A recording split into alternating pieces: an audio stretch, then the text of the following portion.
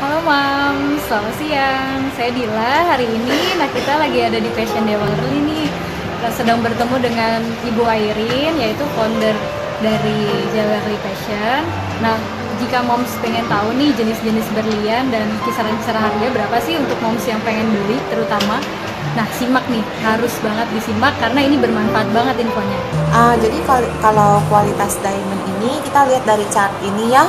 Jadi di situ kan ada caratnya. Carat itu kan besar kecilnya si diamond. Jadi carat itu menentukan harganya, tapi tidak berbanding lurus dengan beratnya. Jadi misalnya contoh 0,5 carat diamond itu pun dengan kualitasnya, warna dan clarity-nya sama F Color TVS, harganya contoh ya 20 juta. Tapi satu caratnya tuh bisa 100 juta.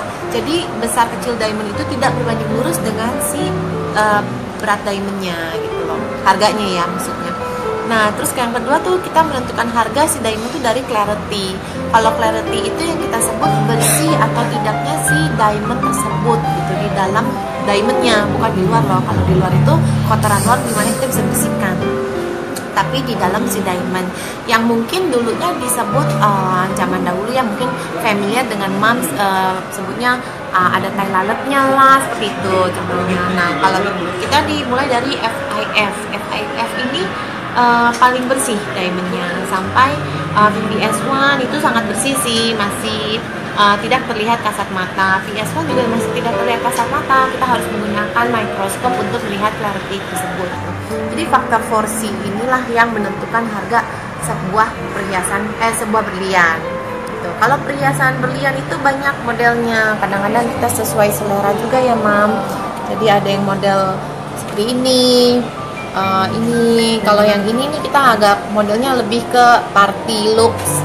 Kalau ini juga, tapi kita kalau mau lihat yang daily wear bisa seperti ini. Contohnya kalau ini daily wear.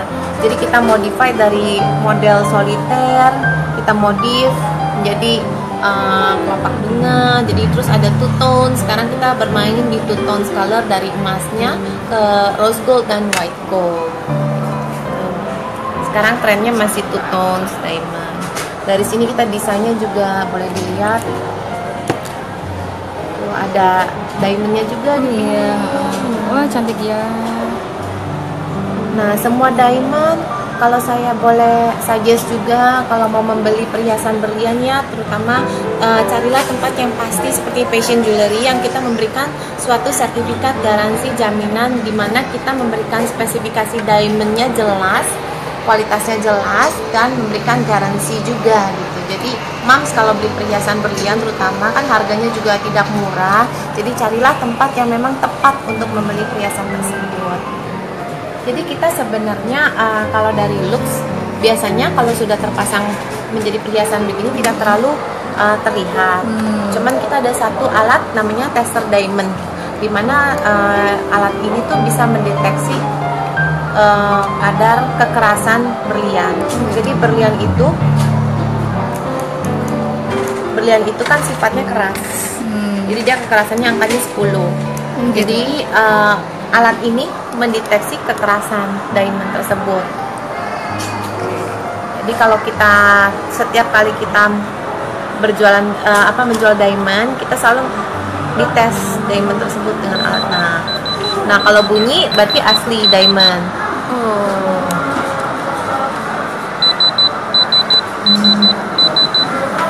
Tapi kalau tidak bunyi berarti itu bukan diamond. Jadi maksudnya gini, berlian yang murah sekali itu udah pasti kualitasnya di sinilah gitu. Dan dimana tuh sebenarnya barang-barang ini itu kurang bagus ya untuk dijual lagi nantinya gitu. Jadi saya tidak merekomend sih.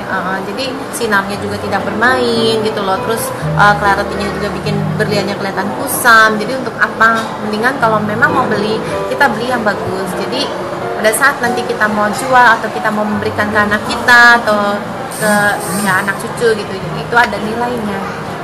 Keuntungannya itu sebenarnya satu hal, kita kalau membeli perhiasan berlian itu pastinya prestige, ya kan, apresiasi diri itu yang paling penting. Kedua, berlian itu tidak ada masa, jadi sepanjang masa berlian itu tidak berubah bentuk, jadi bisa dipas ke generation berikutnya, suatu kenangan juga, symbol of love juga, jadi tidak usah khawatir. Pada saat kita pakai, berlian juga tidak sensitif. Jadi maintenance-nya mudah.